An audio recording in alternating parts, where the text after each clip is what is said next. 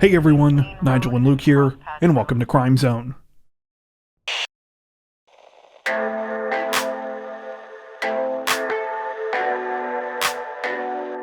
Representatives from Nebraska state troopers say that a 13-year-old Colorado girl is in custody this week after she led police on a dramatic high-speed chase. According to reports, the incident began at around 9:30 p.m. on January 16th when troopers spotted a Nissan Pathfinder SUV driving suspiciously slow on Interstate 80 near the city of Kearney. The slow speed didn't last, however, as when officers tried to conduct a traffic stop, the driver rapidly accelerated, soon hitting speeds of up to 100 miles per hour. State troopers followed the driver until other officers were able to get into position ahead and lay out stop sticks. These slowed down the SUV, after which the driver exited the highway. The vehicle was stopped a short time later when police pulled off a successful PIT maneuver. The whole chase reportedly lasted about 15 minutes. When troopers finally confronted the fleeing driver, they realized that they had been chasing a 13-year-old girl. Accompanying her was an 11-year-old male passenger. Both are apparently from Colorado. A further search of the vehicle allegedly revealed a firearm, a small amount of marijuana, and some other drug paraphernalia. The 13-year-old girl and 11-year-old were both arrested at the scene. At the time of this recording, it's unclear how the two juvenile suspects came into possession of the SUV or what they were doing in Nebraska. The boy was arrested on charges of carrying a concealed weapon and possession of drug paraphernalia. The girl, meanwhile, was arrested on charges of flight to avoid arrest, willful reckless driving, carrying a concealed weapon, possession of drug paraphernalia, as well as numerous other traffic violations.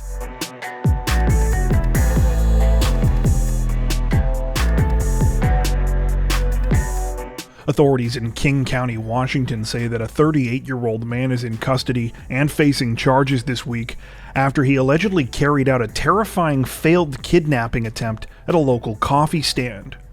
According to reports, the incident took place in the early morning hours of January 16th at Kearney Espresso in the city of Auburn. At just after 5 a.m., a man in a pickup truck pulled up to the drive-thru window, placed an order, and waited.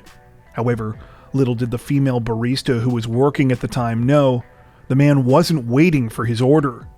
As soon as the barista stuck her hand out of the drive-thru window to hand the man his change, he grabbed her wrist, attempting to yank her through the window. With his other hand, he pulled out a looped zip tie, which he tried to get around another one of the woman's arms. Thankfully, the barista was able to break free of her attacker's grip and close the drive-thru window so that she was safely inside. The suspect then fled the scene, leaving behind the change he had dropped on the ground. Thanks to video surveillance footage from the drive-thru, authorities were soon able to find the alleged attacker with help from the public. He has since been identified as 38-year-old Matthew Darnell.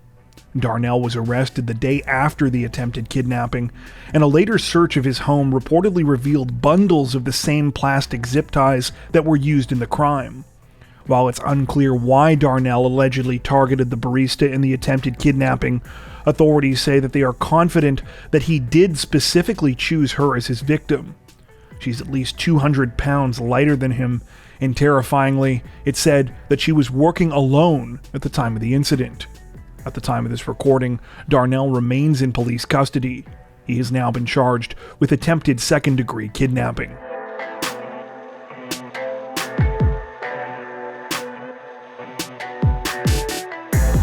Authorities in Fort Myers, Florida are requesting the public's help in the hopes of cracking quite the filthy criminal this week after an unknown man allegedly broke into a local restaurant and defecated on the floor.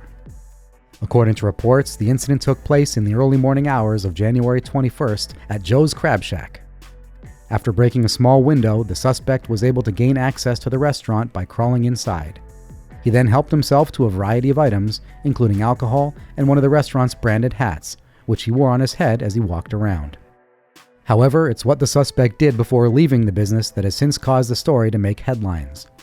In the middle of the restaurant's floor, the man pulled down his shorts and emptied his bowels, leading police to dub him, quote, the pooping perpetrator.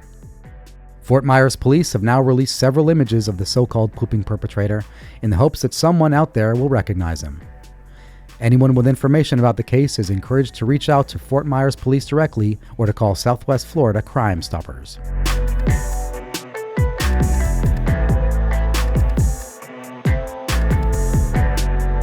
Authorities in Montgomery County, Pennsylvania have released a tragic update in the disappearance of a 43-year-old mother, announcing that her remains have been found more than 2 weeks after she was first reported missing. According to reports, 43-year-old Jennifer Brown was last seen on the afternoon of January 3rd when she took her 8-year-old son to her friend and business partner Antonio Blair Watts Richardson's house for a sleepover. She was supposed to pick up her son from the bus stop the following day, but failed to show up.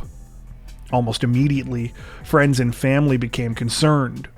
Jennifer was known as a doting mother, and it was extremely unusual for her not to be there to take care of her child. A search of Jennifer's home revealed even more concerning details.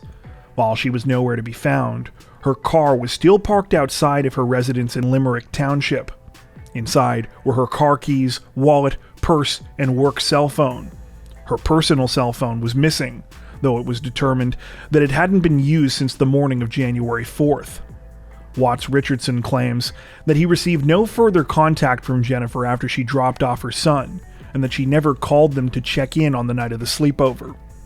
Though searches for Jennifer continued, and everyone held out hope that she would be found alive, sadly, that changed on January 18th, when police received a disturbing phone call. A worker at an industrial facility in Royersford found what they thought were human remains while on their smoke break. The remains were partially buried and located in a shallow grave in a wooded area behind the facility. Investigators responded to the scene and confirmed the grisly discovery. After some analysis, it was confirmed that this was the body of Jennifer Brown. At the time of this recording, few additional details have been released about the case. No arrests have been made, nor have police released the 43-year-old mother's cause of death. Currently, it appears that investigators are particularly concerned with finding Jennifer's personal cell phone. They say that the phone could contain vital evidence as to what happened to her. The situation is still developing.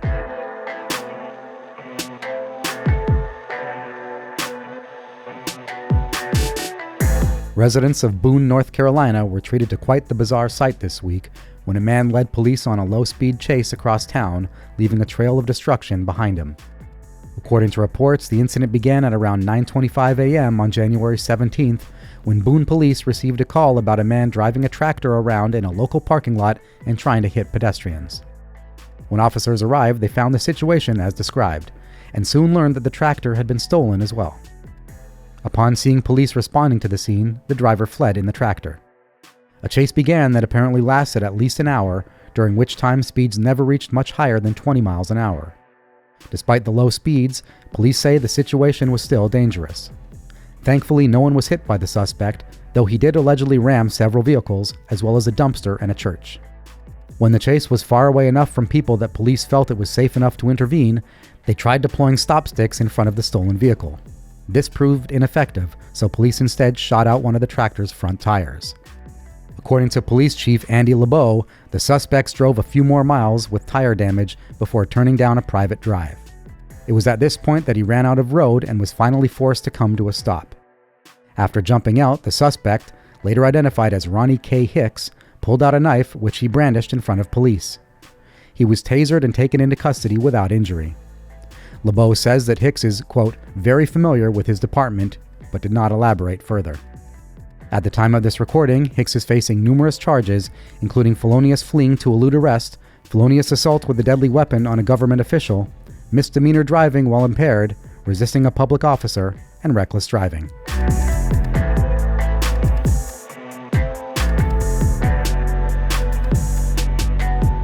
Representatives from Georgia's Atlanta Police Department say that a 27-year-old Ohio woman is facing several charges this week after she sprayed multiple people with a fire extinguisher during an argument with employees at the airport.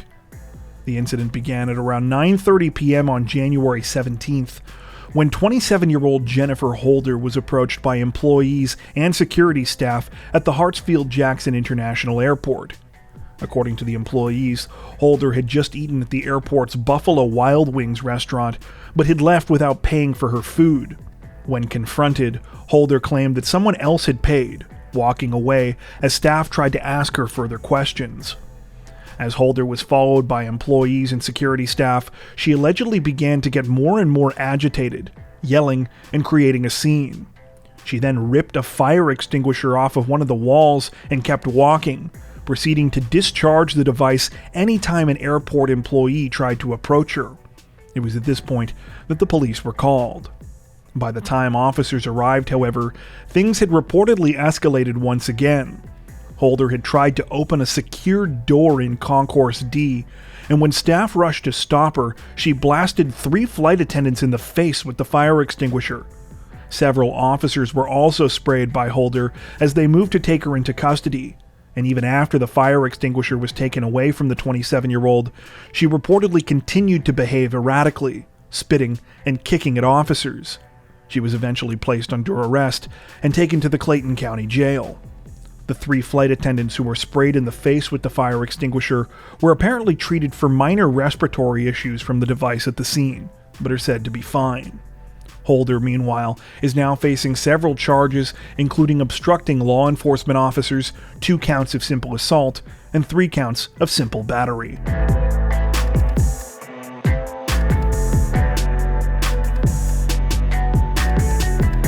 Authorities in Collin County, Texas say that a 32-year-old Grand Prairie man is facing murder charges this week after the body of his girlfriend was found near his home and police learned that she had been preparing to blackmail him. According to reports, the case began on January 11th when 33-year-old Kayla Kelly was reported missing. Family members and co-workers said that they hadn't seen or heard from her in several days, and when officers went to Kayla's apartment in the city of McKinney, they found her dog there alone without food or water. The following day, Kayla's car was found burned beyond recognition in a remote area of the city of Frisco. It was apparently obvious based on evidence at the scene that the fire had been set deliberately. As investigators conducted interviews with those that knew Kayla, they learned that for the past few months she had been dating a man who told her his name was Kevin Brown. However, Kayla had recently discovered that this man had been lying to her. His name wasn't really Kevin, and he was actually married. According to friends and family, before Kayla disappeared, she had been planning to blackmail Kevin with this information, threatening to disclose their affair to his wife. When investigators looked through Kayla's cell phone, they found contact information for Kevin Brown. It led them to a 32-year-old man from Grand Prairie whose real name was Ocaster Ferguson. While Ferguson admitted to having a relationship with Kayla, he reportedly denied any involvement in her death. This was even after his vehicle was allegedly found parked near Kayla's apartment with gloves, duct tape, and a blanket inside. Ferguson's wife had reported the vehicle stolen. When investigators uncovered cell phone records tying the 32-year-old to the dumping and burning of Kayla's vehicle, he was arrested on charges of arson and kidnapping. On January 18th, the case took an even darker turn when Kayla's body was found in a field not far from Ferguson's house. While Kayla's cause of death has not yet been released, it has since been reported that Ferguson has been charged with her murder. At the time of this recording, the situation is still developing.